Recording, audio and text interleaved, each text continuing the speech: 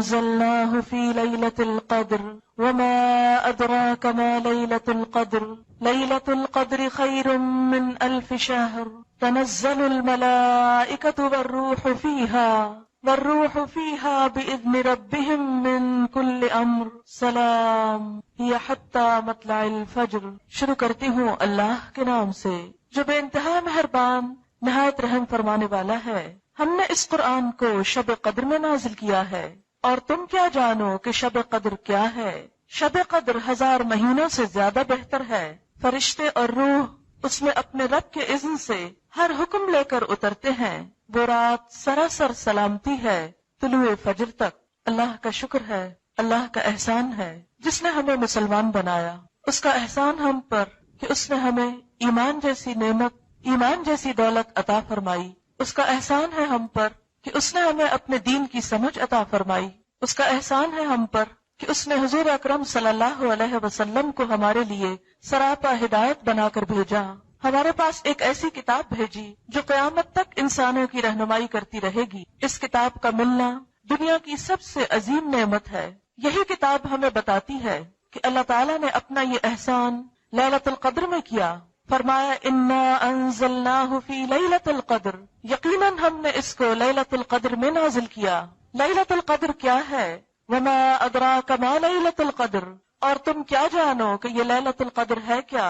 لیلۃ القدر خیر من 1000 شہر، لیلۃ القدر 1000 مہینوں سے زیادہ بہتر ہے۔ یہ ایک رات جس میں اللہ تعالیٰ کا یہ انعام، اللہ کا یہ کلام قرآن حکیم دنیا میں بھیجا گیا۔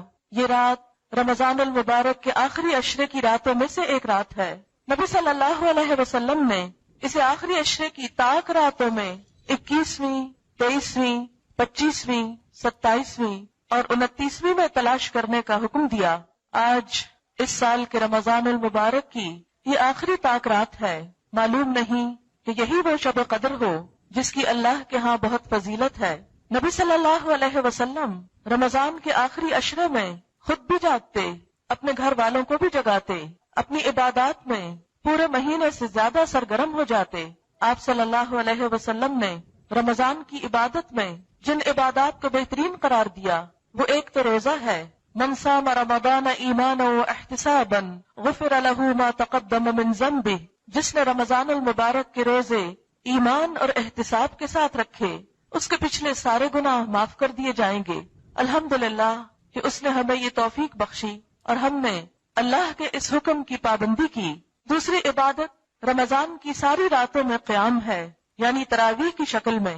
من قام رمضان ایمانا واحتسابا غفر له ما تقدم من ذنبه، جس نے ایمان اور احتساب کے ساتھ رمضان کی راتوں کو قیام کیا اس کے بھی پچھلے گناہ معاف کر دیے گئے۔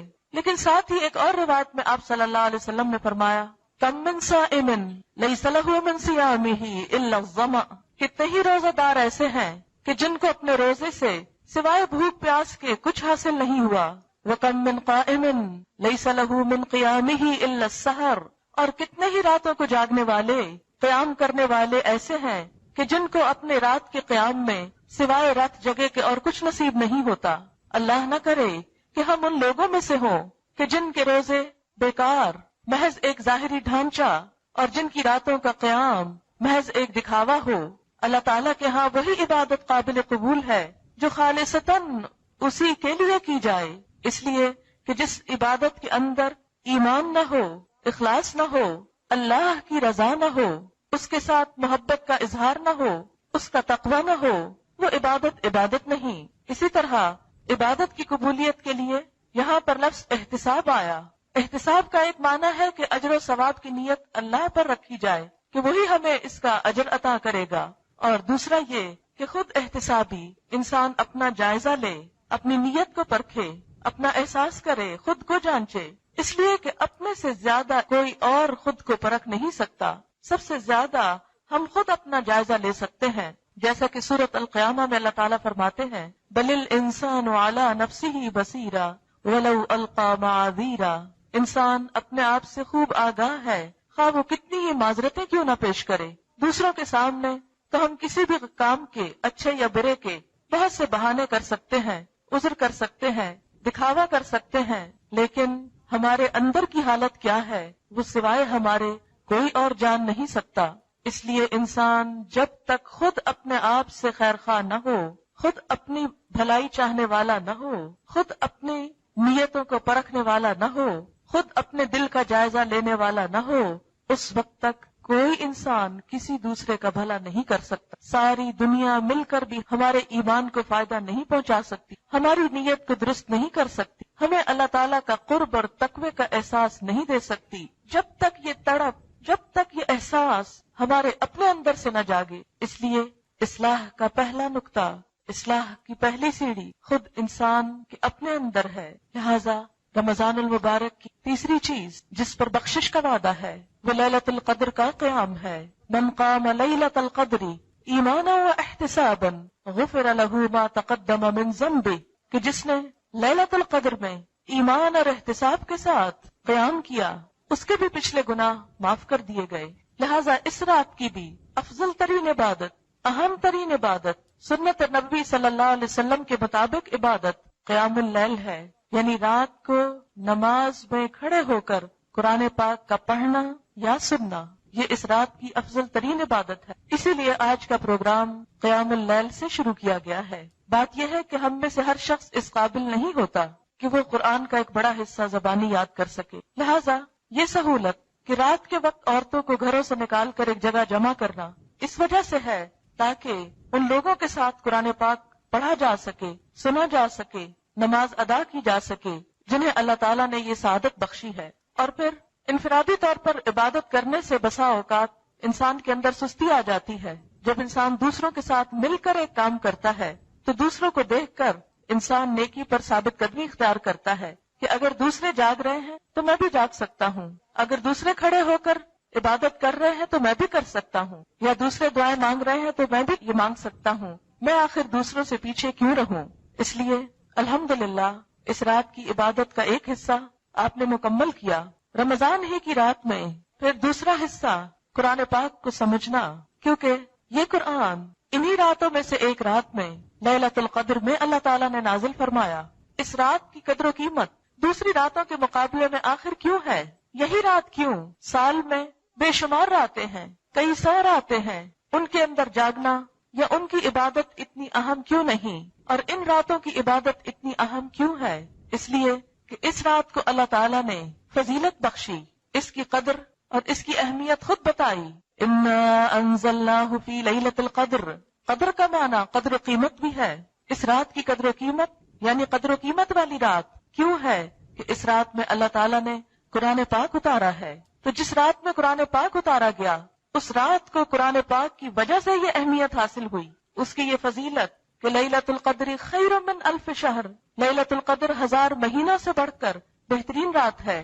اس کی بنیادی وجہ یہی ہے کہ اس رات میں قرآن پاک نازل کیا گیا۔ قرآن پاک اللہ تعالیٰ کا ایک احسان ہے ہم پر، لہذا اس احسان کو محسوس کرنا، اس احسان کو احسان سمجھنا آخر کس طرح ہو سکتا ہے؟ اسی وقت جب ہم اس کتاب کا حق ادا کریں۔ اس کتاب کا حق کیا ہے؟ نمبر 1 کہ اس کو صحیح طور پر پڑھنا آئے، جس طرح یہ اتری ہے اسی طرح اس کو پڑھا جائے۔ نمبر 2 اس کو سمجھا جائے، اس پر غور و فکر کیا جائے۔ نبی اکرم صلی اللہ علیہ وسلم کی اپنی زبان عربی تھی، صحابہ کرام بھی عربی سے خوب واقف تھے، لہذا ان کو ترجموں کی اور تفسیروں کی بہت زیادہ ضرورت نہیں پڑتی تھی، کیونکہ عملی تفسیر نبی اکرم صلی اللہ علیہ وسلم کی شکل میں ان کے درمیان موجود تھی۔ قرآن کی عبارت کو ڈائریکٹلی سمجھتے تھے، لہذا جب ان کے ہاں قرات ہوتی تو ان کے اندر خود بخود خشوع آتا، ایک ایک آیت پر وہ رویا کرتے تھے۔ آج ہماری آنکھوں میں کوئی آنسو نہیں ہوتا، ہمارے دل نرم نہیں ہوتے، اس لیے کہ قرآن ہمارے دلوں میں نہیں اترتا، ہم اس کا معنی نہیں سمجھتے۔ نبی صلی اللہ علیہ وسلم کی قرات کا طریقہ یہ تھا کہ جہاں عذاب کی آیتیں آتی وہاں رک کر آپ عذاب سے پناہ مانگا کرتے تھے، جہاں اللہ تعالیٰ کی صفات کا ذکر آتا وہاں اللہ تعالیٰ کی تسبیح بیان کرتے، اور جہاں جنت کا ذکر آتا وہاں اللہ تعالیٰ سے اس کا فضل اور جنت مانگتے۔ لیکن آج ہمارے اندر یہ کیفیت کیوں نہیں ہوتی؟ قرآن سنتے وقت بھی ہماری نگاہیں ادھر ادھر کیوں اٹھتی ہیں؟ ہمارے دل اس کی طرف متوجہ کیوں نہیں ہوتے؟ اس کی بنیادی وجہ یہی ہے کہ ہم نہیں سمجھتے کہ یہ قرآن کیا بتا رہا ہے، کیا کہہ رہا ہے، اس کے اندر ہمارے لیے کیا حکم ہے، یہ ہمیں کس بات کی خبر دے رہا ہے، اس میں کیا خوشخبری آ رہی ہے، کس بات پر ڈراوا آ رہا ہے۔ ہمیں کیا کرنا چاہیے، کس بات سے رکنا چاہیے، اور پھر دوسری بات یہ کہ جب سمجھ آئے بھی تو ہم لوگوں کو بار بار یاد دہانی کی ضرورت رہتی ہے۔ اس لیے اس رات کے اندر قرآن پاک کا تھوڑا سا حصہ سمجھ لینا یہ بھی ایک بابرکت عبادت ہے۔ ایک روایت میں آتا ہے کہ رات کے ایک حصے میں دین کا تھوڑا سا علم حاصل کرنا ساری رات کے قیام سے افضل ہے۔ یعنی اگر کوئی شخص ساری رات نوافل میں کھڑا رہتا ہے اور دوسری طرف دین کا کچھ حصہ سیکھتا ہے تو دین کا کچھ حصہ سیکھنا ان نوافل سے بھی زیادہ بڑھ جاتا ہے۔ اس لیے اسی سنت پر عمل کرتے ہوئے تھوڑا سا حصہ ہم قرآن پاک کو سمجھنے میں بھی اپنے وقت کا استعمال کریں گے۔ تیسری چیز اس رات کی عبادت دعا ہے، اس لیے کہ اس رات میں فرشتے اترتے ہیں، جبریل امین اترتے ہیں، تنزل الملائکۃ والروح فیہا بإذن ربہم من کل امر، ہر حکم لے کر اترتے ہیں۔ اس کو لیلۃ القدر اس لیے بھی کہا جاتا ہے کہ قدر کا معنی تقدیر ہے، تقدیر کی رات، فیصلوں کی رات، آئندہ سال انسان کے ساتھ کیا ہونے والا ہے، کون دنیا سے جانے والا ہے، کس کو کتنا رزق ملنے والا ہے۔ اس رات میں یہ فیصلے اللہ تعالیٰ فرشتوں کے سپرد کرتے ہیں۔ لہٰذا جب ہمارے بارے میں کوئی فیصلہ ہو رہا ہو اور ہم عبادت کی حالت میں ہوں، دعا کی حالت میں ہوں، تو اچھے انجام کی توقع کی جا سکتی ہے۔ معلوم نہیں اگلا رمضان ہماری زندگی میں آتا ہے یا نہیں، پھر سے یہ عبادتیں اور راتیں نصیب ہوتی ہیں کہ نہیں۔ کسی کو اپنی صحت، اپنے وقت، اپنی عمر کے بارے میں کوئی بھی گارنٹی نہیں۔ لہٰذا اس رات کو کثرت سے دعائیں مانگنی چاہیے۔ قدر کا ایک معنی تنگی بھی ہے۔ حدیث میں آتا ہے کہ اس رات آسمان سے اتنے فرشتے اترتے ہیں کہ ان کی کثرت کی وجہ سے زمین پر ایک چپے برابر جگہ بھی خالی نہیں رہتی۔ معلوم نہیں کہ اگر وہ رات آج کی رات ہو اور فرشتوں کا نزول ہو رہا ہو اور ہم اللہ تعالیٰ کے حضور یا قیام کی حالت میں ہوں یا دین سمجھنے سیکھنے کی حالت میں ہوں یا دعائیں مانگنے کی حالت میں ہوں، تو یہ تینوں چیزیں ہمارے حق میں بہتر ہوں۔ حقیقت یہ ہے کہ انسان اپنے رب کا محتاج ہے، جیسا کہ اللہ سبحانہ و تعالیٰ فرماتے ہیں، یا ایھا الناس انتم الفقراء الی اللہ، اے لوگو تم سب اللہ کے محتاج ہو۔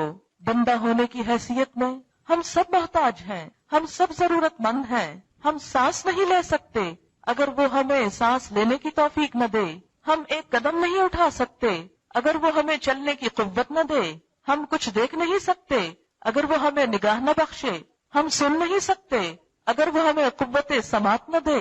ہماری زندگی کا ایک ایک قدم، ہماری چھوٹی سے چھوٹی یا بڑی سے بڑی ایک ایک کوشش، یہ ساری کی ساری چیزیں محض اللہ کے اذن، اس کی توفیق، اس کی دی ہوئی طاقت اور اس کی قدرت سے ہیں۔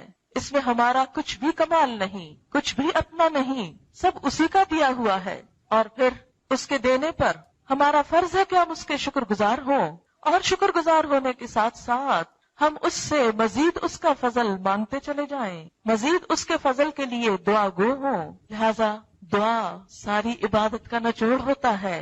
کوئی عبادت اس وقت تک مکمل نہیں ہوتی، خواہ نماز ہو، خواہ قرآن کا پڑھنا ہو، خواہ کوئی اور، جب تک کہ اس میں دعا نہ ہو۔ جو لوگ دعا سے منہ موڑیں اللہ تعالیٰ ان سے ناراض ہوتے ہیں۔ حدیث پاک میں آتا ہے، من لم یسأل اللہ یغضب علیہ، جو اللہ سے سوال نہیں کرتا، جو اللہ سے مانگتا نہیں ہے، اللہ تعالیٰ اس پر غضبناک ہوتا ہے، اس پر ناراض ہوتا ہے۔ لہذا ہمیں کثرت کے ساتھ اس سے دعا مانگنے کی ضرورت ہے۔ اللہ تعالیٰ غافل دل کی دعا قبول نہیں کرتے، لہذا اپنے دلوں کو غفلت سے نکال کر پورے دل جمی کے ساتھ، دل حضوری کے ساتھ اللہ تعالیٰ کی قربت کا احساس کرتے ہوئے، قبولیت کا یقین رکھتے ہوئے دعا مانگنی چاہیے۔ الدعاء مخ العبادہ، دعا عبادت کا مغز ہے، کریم ہے، اصل ہے۔ لہذا تیسری چیز جو اس رات کا پروگرام ہے وہ دعا ہے۔ میں چند دعاؤں کو آپ کے ساتھ مل کر پڑھوں گی اور ان کا معنی ہم دیکھیں گے کہ نبی اکرم صلی اللہ علیہ وسلم نے اللہ تعالیٰ سے کس کس طرح مانگا۔ تو ہم قرآن پاک کے کچھ حصے کے پڑھنے سے آغاز کرتے ہوئے پھر دعا کی طرف رجوع کریں گے انشاءاللہ۔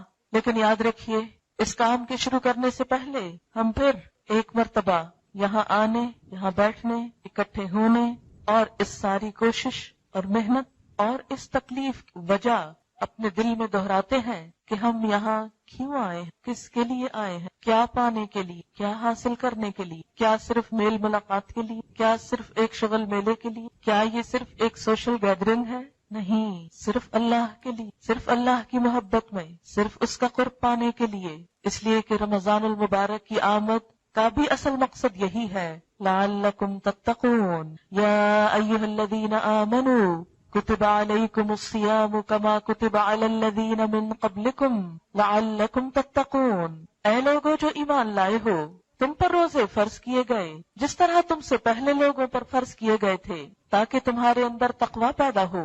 رمضان المبارک کا مہینہ ختم ہی ہوا چاہتا ہے، واپسی پر ہے۔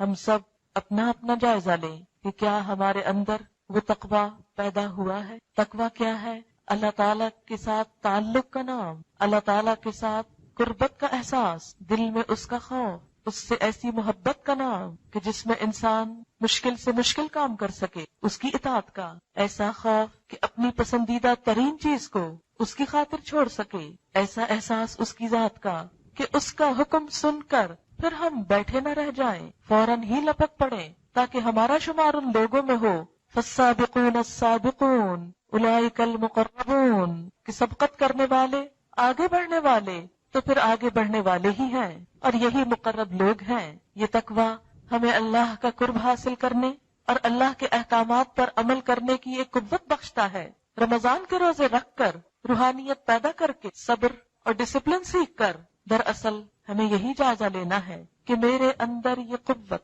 کیا پیدا ہوئی، کیا میرے اندر یہ احساس آیا کہ میں اللہ تعالیٰ کی اطاعت کر سکوں۔ مجھے اس مہینے میں اللہ تعالیٰ کے جتنے بھی احکامات معلوم ہوئے ہیں، کیا میں ان پر عمل کرنے کا سوچ رہی ہوں؟ کیا میں نے اپنے اندر یہ عہد باندھا ہے کہ میں ان احکامات پر عمل کروں گی اور ان کے بارے میں اللہ کے سوا کسی سے نہ ڈروں گی؟ کیونکہ تقویٰ نام ہی اس چیز کا ہے کہ بندے کے دل میں اللہ کا ایسا ڈر آئے کہ سب کا ڈر نکل جائے۔ آج دین پر عمل کرنے میں کون کون سی چیز رکاوٹ بنتی ہے؟ لوگوں کا ڈر، معاشرے کا ڈر، مستقبل کا ڈر، بھوکے ہو جانے کا ڈر کہ جاب نہ چلی جائے۔ یہ سارے ڈر ہمیں اپنے دل سے نکال کر اپنے آپ کو اللہ کے لیے خالص کرنا ہوگا۔ جب انسان کے اندر طاقت آتی ہے، قوت آتی ہے، صحت ہوتی ہے، تو بڑے سے بڑا مشکل کام اس کو بھاری نہیں لگتا، آسانی سے کر جاتا ہے، جرأت مندانہ قدم اٹھا لیتا ہے۔ لیکن جب انسان جسمانی طور پر کمزور ہوتا ہے تو پانی کا ایک گلاس اٹھا کر پینا بھی اس کے لیے دوبھر ہو جاتا ہے۔ بالکل اسی طرح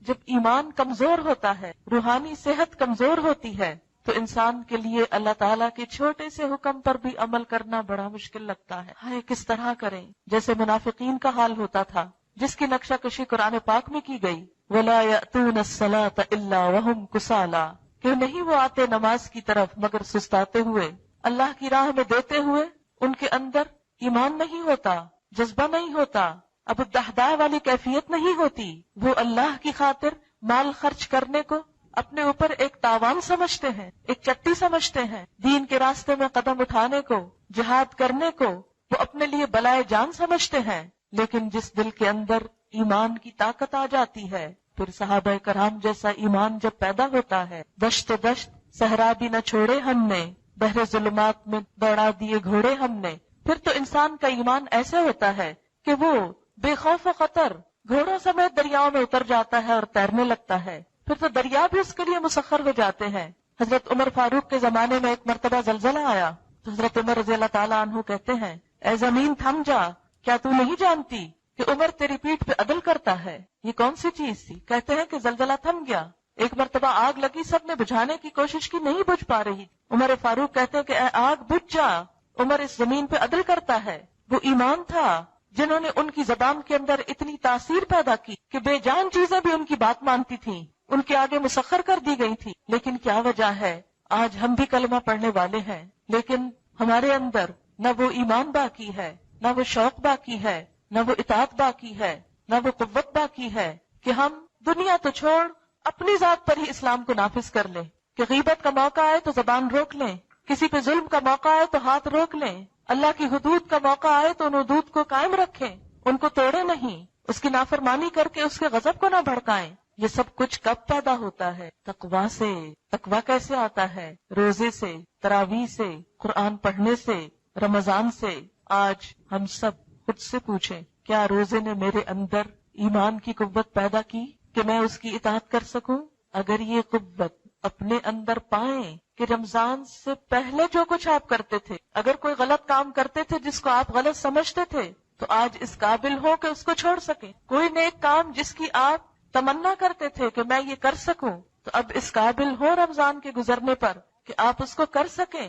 کوئی چیز جو زندگی میں مشکل نظر آتی ہو، آج ہمارے اندر اگر وہ تقویٰ پیدا ہو گیا ہے کہ وہ ہم کو آسان نظر آنے لگے اللہ کی اطاعت میں سے، تو سمجھے کہ اس روزے سے ہم نے کچھ حاصل کیا، قرآن کے پڑھنے سے ہم کو کچھ نصیب ہوا۔ لیکن اگر یہ کیفیت نہیں آئی تو پھر ہم میں سے ہر ایک اپنے اپنے دل کا جائزہ لے کہ پورا مہینہ گزر گیا اور ہم کہاں کھڑے ہیں۔ لیکن گزرتے لمحے کچھ ابھی بھی باقی، وہ جو ہماری کوششوں سے نہیں ہو سکا، آج اللہ کے حضور دعائیں مانگ کر، گڑ گڑا کر اس سے وہ قوت مانگے، اس سے وہ طاقت مانگے کہ جس سے ہم وہ عمل کر سکیں، جس کی وجہ سے ہم اس کی بخشش کے قریب ہو سکیں، اس کی اطاعت کے قریب ہوں، کیونکہ ہر سال ہمیں موت سے قریب کر رہا ہے، دنیا سے دور کر رہا ہے، آخرت کے قریب کر رہا ہے، اور ایک دن ایسا بہت جلد آنے والا ہے، جیسا کہ وہ حدیث میں مثال دی گئی کہ آخرت کی مثال ایسے ہی ہے جیسے ایک کپڑا پھاڑ دیا گیا ہو اور اس کا بس آخری تار بچا ہو، اور وہ آخری تار کسی وقت بھی ٹوٹ سکتا، اور آخری تار تو بڑا کچا ہو، معلوم نہیں وہ تار کب ٹوٹ جائے اور ہم اس دنیا سے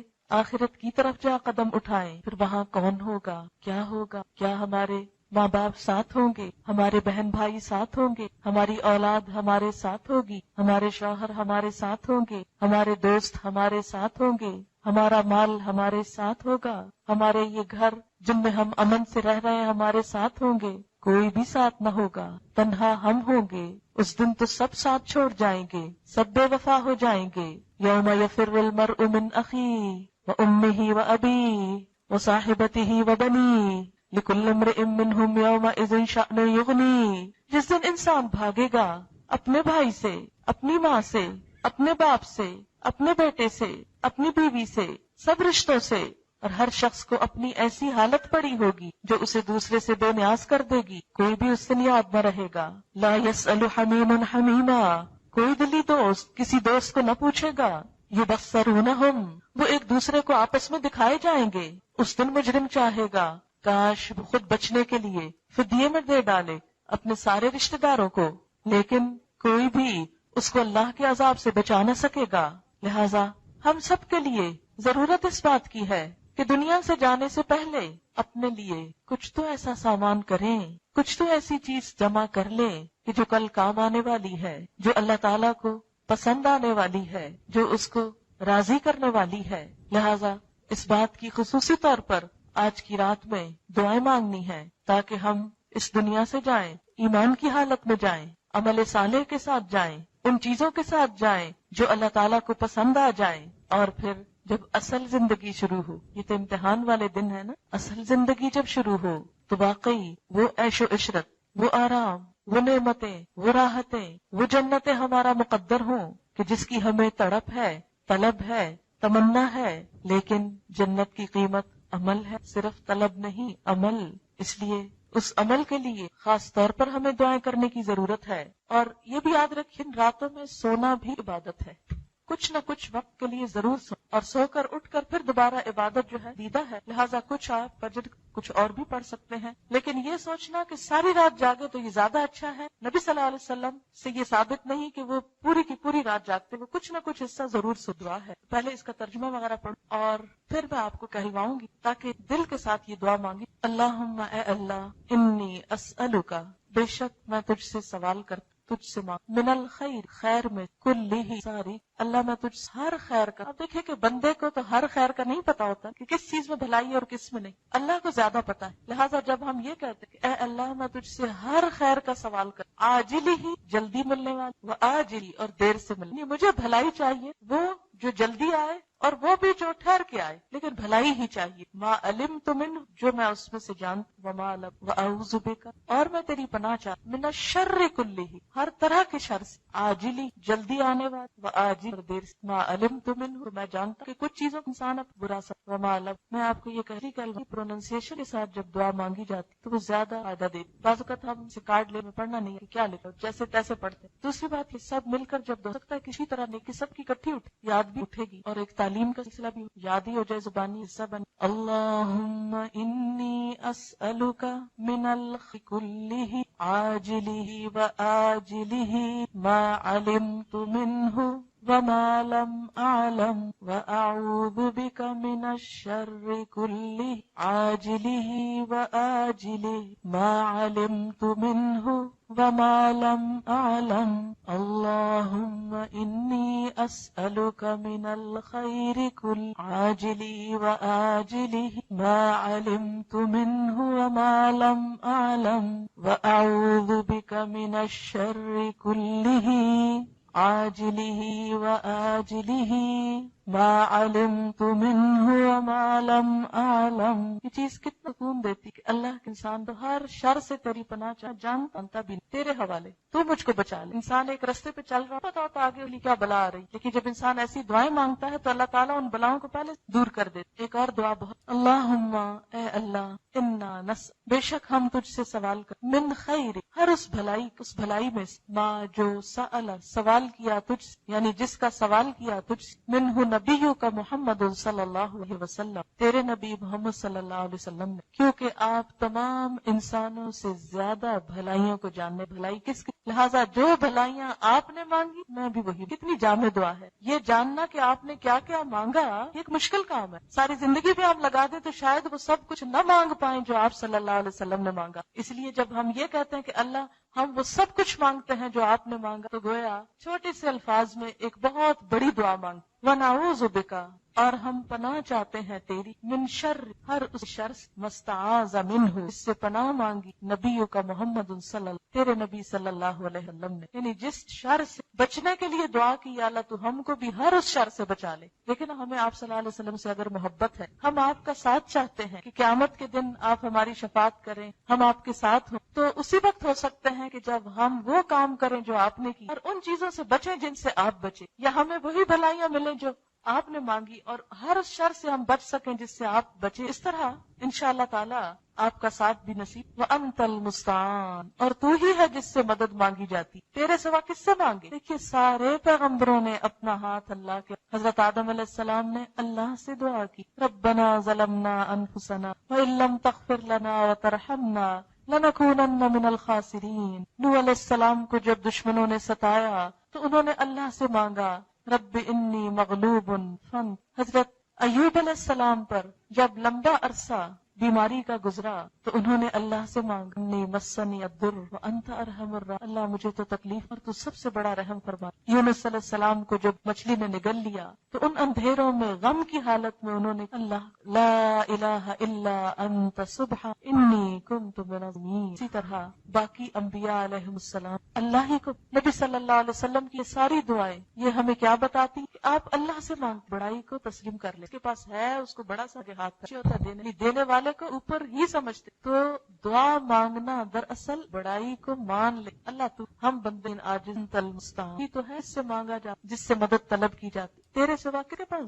کس سے مانگے، کون دے سکتا، کون سن سکتا ہے. آپ دیکھیے بعض اوقات کو ضرورت پڑ، اس کا دروازہ اس کو جگاؤں وہ دے سکتے، کام آ سکتے. بہت بتانے کے کہتے اندر آئے باب نہیں، ان سے رحم بھی نہیں مانگا. کہتے میرے منہ سے اچانک یا اللہ تو بڑا ہی نہیں، نہ وہ کچھ نہ وہ ہاتھ لگا سکتے، جیسے آئے تھے ویسے چلے گئے. یا اللہ تو بڑا تیرے. اور کہتے مجھے ڈرنے کی طاقت. کہتے میں آپ کو صرف یہ بتانا ہے کہ جو قرآن کے بغیر مجھے اس کتاب مان اور اللہ بڑا، کہ جب انسان کو بڑا سمجھتا کر لے چیز بے بس ہو جاتی. جب بھی دعا مانگ یقین یا اللہ تو دے سکتا. اس وقت کس سے مشورہ چھڑانے، کون بچانے، کوئی نہیں، تو ہی کر. میں نے یہ ٹاپک وغیرہ لے کے میں ان کو جب یہ میں نے ان کو کوئی جواب نہیں دیا، اور میں ان کو کہہ رہی وہ آگے سے جواب دے. دعا تو بہت کی ہے آپ کچھ میرے ہاتھ میں. اگر تم اللہ سے مایوس بات چیز کوئی حقیقت نکتا جو اللہ یقین سے پکارتے خدا. جب بھی کوئی آپ دعا کر جملے کو سمجھا کر، یہ چھوٹا حدیث میں آتا ہے دعا بلاؤں کے معاملے میں بھی فائدہ دیتی ہے اتر چکی، اور ان کے مقابلے میں بھی فائدہ دیتی ہے جو ابھی آئی نہیں ہوتی. کچھ دعائیں تو اس وقت انسان مانگتا ہے جو انسان کو پریشانی ہے، تو اس دعا سے پریشانی چلی جاتی. جیسے حضرت نوح علیہ السلام کو نجات ہو، جیسے حضرت یونس علیہ السلام کو نجات ہو، جیسے ایوب علیہ السلام کی، زکریا علیہ السلام کو اولاد نصیب. یہ سب کو اس کا نتیجہ تھا. بتائیں دعاؤں کا نتیجہ تھا. ہم کیوں نہیں مانگتی؟ دعاؤں میں یقین پیدا کریں، ظاہری پیدا کریں، بندوں پہ بھروسہ نہ کریں، اللہ پہ کریں. کوئی میرے تیرے جیسا کوئی کسی کا کچھ نہیں بنا سکتا، نہیں دے سکتا. سب باتیں رب خلوص نے یقین کے ساتھ رات اس کی طرف آپ توجہ کریں، ضرور سنیں خزانوں کی چیز کی کمی نہیں، یہ رات قبول یقین سے ماننے بھی دکھ، اتنی پریشان، جتنی چیزیں زندگی میں تکلیف دیتی، جن چیزوں کے فکر میں ہم سب، دنیا کا ہو یا آخرت، ان سب چیزوں کے معاملے میں اللہ فائدہ دیتی۔ دعا ایسی چیز جو رد نہیں، یا تو فوراً مل جاتی ہے، یا کوئی تکلیف ٹل جاتی ہے، یا آخرت کے لیے جمع ہو جاتی ہے۔ قیامت کے دن جب انسان جائے گا اللہ کے پاس اور اپنی دعاؤں کو جمع ہوتے دیکھے گا، انسان کہے گا کاش دنیا میں کچھ نہ ملتی بھی، مایوس ہو کے نہیں دعا کر، یقین سے۔ اور اگر دیر ہو رہی ہے نا قبولیت میں تو ضرور سوچیں ابھی اس قابل نہیں سنبھال سکتے، ابھی اہل نہیں، پورے یرد مانگی جا سکتے، اور بس علیک البلا، اور تجھ تک پہنچائیں بھی۔ بعض اوقات کسی کو اپنی مصیبت پتہ ہے وہ الٹا ہنس، کوئی برا بلا کہنے، کوئی ترس کھانے لگتا ہے، کوئی جو بندے کو نہ شرمندہ کر، نہ اس پہ ہنس، نہ اس کو رسوا کر، نہ اسے نگاہوں میں حقیر اور ذلیل، وہ بھی دکھ جو تکلیف تک پہنچا تیرے حوالے، تو ہی جو چاہے ان کے ساتھ، اور تجھ سے تو خیر ہی خیر کی، ولا قوت، کوئی بھی مدد اللہ ہی، جو ہونا ہے اسی کے عزت، اسی کی توفیق، اسی کی مدد سے، اتنا خالص یہ عقیدہ ہو فائدہ۔ اب اس جذبے کے ساتھ اللہم انا نسألک من خیر ما سألک منہ نبیک محمد صلی اللہ علیہ وسلم ونعوذ بک شر ما استعاذ منہ نبیک محمد صلی اللہ علیہ وسلم وانت المستعان وانت المستعان وانت المستعان وعلیک البلاغ ولا حول ولا قوة الا باللہ ولا حول ولا قوة الا باللہ۔ جب یہ جملہ پڑھ، ہر دنیا کی ہر طاقت، ہر سے بے نیاز ہو کہ اللہ کی طاقت پہ یقین رکھ کے یہ جملہ بول، ولا حول ولا قوة الا باللہ ولا حول ولا قوة الا باللہ ولا حول ولا قوة الا باللہ۔ رب اعنی، اے میرے رب میری مدد فرما، ولا تعن علی، اور میرے خلاف میرے دشمنوں کی، منصرنی، اور مجھے غلبہ دے، ولا تنصر علی، کسی کو مجھ پہ غلبہ نہ دے، وامکر لی، اور میرے لیے تدبیر، ولا تمکر علی، میرے خلاف نہ تدبیر، واہدنی، اور مجھے ہدایت، ویسر الہدی الی، اور ہدایت کو میرے لیے، ہدایت کا میرے لیے، ونس، اور میری مدد کر، علی من بغى علی، اس شخص کے خلاف جو مجھ پہ زیادتی، تو میری، میں تجھ کو پکڑتی ہوں تو بدلا، رب جعل، اے میرے رب بنا دے مجھ کو، لکا اپنے لیے بہت زیادہ شکر کرنے، لکا ذکارا، اپنا بہت زیادہ ذکر کر، زکا مبالغہ کا سی، یا اللہ سب سے زیادہ ذکر کر، لکا رہابن، بہت زیادہ تجھ سے ڈرنے والا، لکا متوا، بہت زیادہ تیری اطاعت کرنے والا، الہی کا مخ، تیری واہن، آہیں بھرنے، منیبا، رجوع کرنے والا، بتقبل توبتی، اے میرے رب میری توبہ قبول کر لے، واغسل حوبتی، اور میرا گناہ دھوڑا، واجب دعوتی، اور میری دعا قبول کر لے، وثبت حجتی، اور میری دلیل ثابت کر دے، واہدی قلبی، اور میرے دل کو ہدایت دے دے، وسدد لسانی، اور میری زبان کو درست، اسلل سخیمت قلبی، اور میرے دل کے کینے نکال دے، رب اعنی ولا تعن علی، رب اعنی ولا تعن علی، رب اعنی ولا تعن علی، وانصرنی ولا تنصر علی، وامکر لی ولا تمکر علی، وامکر لی ولا تمکر علی، واہدنی ویسر الہدی الی، ویسر الہدی الی، وانصرنی علی من بغى علی، وانصرنی علی من بغى علی، رب اجعلنی لک شکارا لک شکارا لک شکارا لک ذکارا لک ذکارا لک رہابا لک رہابا لک مطواعا لک مطواعا الیک مخبتا اواہا منیبا، رب تقبل توبتی، رب تقبل توبتی، رب تقبل توبتی، واغسل حوبتی، اپنے گناہوں کو یاد کر کے دعا مانگے، واغسل حوبتی کا مطلب میرے گناہوں کی دھو دے، جیسے انسان کے جسم پہ ذرا پسینہ آئے، میل مٹی آئے، کتنا دل گھبراتا ہے، انسان کہتا ہے نہا لوں کہ سب دھل جائے، اللہ تعالیٰ یہ جو گناہوں نے مجھے بوجھل کر دی بالکل صاف کر دے، واغسل حوبتی، واغسل حوبتی واجب دعوتی واجب دعوتی، کہ اللہ میری فریادیں سن لے، واجب دعوتی وثبت حجتی واہد قلبی۔ دل کی ہدایت اس لیے مانگی جاتی ہے کیونکہ اگر دل بھٹک جائے تو سارا انسان بھٹک جائے، ساری زندگی بھٹک جائے، تو دل کی اصلاح بڑی ضروری ہے۔ اللہ میرے دل کو ہدایت، واہد قلبی واہد قلبی وسدد لسانی، کیونکہ زبان کے گناہ سب سے زیادہ ہوتے ہیں۔ حقیقت یہ ہے کہ ہماری زبان ہی رشتوں کو کاٹتی ہے اور زبان ہی جوڑتی ہے، زبان ہی انسانوں کو لوگوں میں محبوب بناتی ہے اور زبان ہی انسان کو مصیبت میں مبتلا کرتی، سب سے بڑی آفت ہی یہی۔ تو اس سوچ کے ساتھ دعا مانگے کہ یا اللہ اس کو سیدھا کر دے تو بس تیری رضا کی بات کرے۔ وسدد لسانی وسدد لسانی وسدد لسانی واسلل سخیمۃ قلبی۔ انسان کے دل میں اللہ کا نور نہیں آتا جب تک دل کے اندر میل بھرے، کسی کے لیے حسد کے، بغض، کسی کے لیے بری سازش، کسی کا برا چاہنا، یہ جو کینے ہوتے ہیں نا، بغض اور عناد اور حسد، یہ انسان کے دل سے اللہ کا نور ختم کر دیتے۔ یا اللہ یہ سارا میل کچیل دھو دے تاکہ میرے دل میں تیری محبت آ جائے۔ واسلل سخیمۃ قلبی واسلل سخیمۃ قلبی رب اعنی ولا تعن علی وانصرنی ولا تنصر علی وامکر لی ولا تمکر علی واہدنی ویسر الہدی الی وانصرنی علی من بغی علی۔ جن لوگوں کو یہ جملہ مشکل لگے نا، جو نئے پڑھ رہے ہیں آج پہلی دفعہ، وہ بے شک صرف آمین کہہ دیں اور جو پڑھ سکے وہ دہرا لیں۔ اور دوسری بات یہ کہ سہولت ہوتی ہے، چھوٹی کتاب کی طرح کی ہے، کارڈ، یہ اپنے بیگ میں ہر وقت، یہ جیسے یہ کتاب ہے قرآنی اور مسنون دعائیں، اس میں ساری قرآنی دعائیں، یہ ساری ایک طرف عربی لکھی ہوئی، ایک طرف اردو لکھی، اگر یہ کتاب آپ کے پاس ہو، تہجد کے وقت بیٹھ کے ساری پڑھ لیں، افطاری کے وقت پڑھ لیں، عمرے پہ جائیں پڑھ لیں، اور یہ آہستہ آہستہ یاد بھی ہوتی جاتی۔ اگر عربی نہیں بھی آتی تو اردو میں یہ ساری دعائیں مانگ لیں جو حضور صلی اللہ علیہ وسلم نے مانگی، اور اس سے یاد بھی کرتے۔ بجعلنی لک شکارا لک ذکارا لک رہابا لک مطواعا الیک مخبتا اواہا منیبا رب تقبل توبتی واغسل حوبتی واجب دعوتی وثبت حجتی واہد قلبی وسدد لسانی واسلل سخیمۃ قلبی۔ کم ہے میں اردو میں تھوڑی دعا کروں گی۔ سبحان اللہ والحمد للہ ولا الہ الا اللہ واللہ اکبر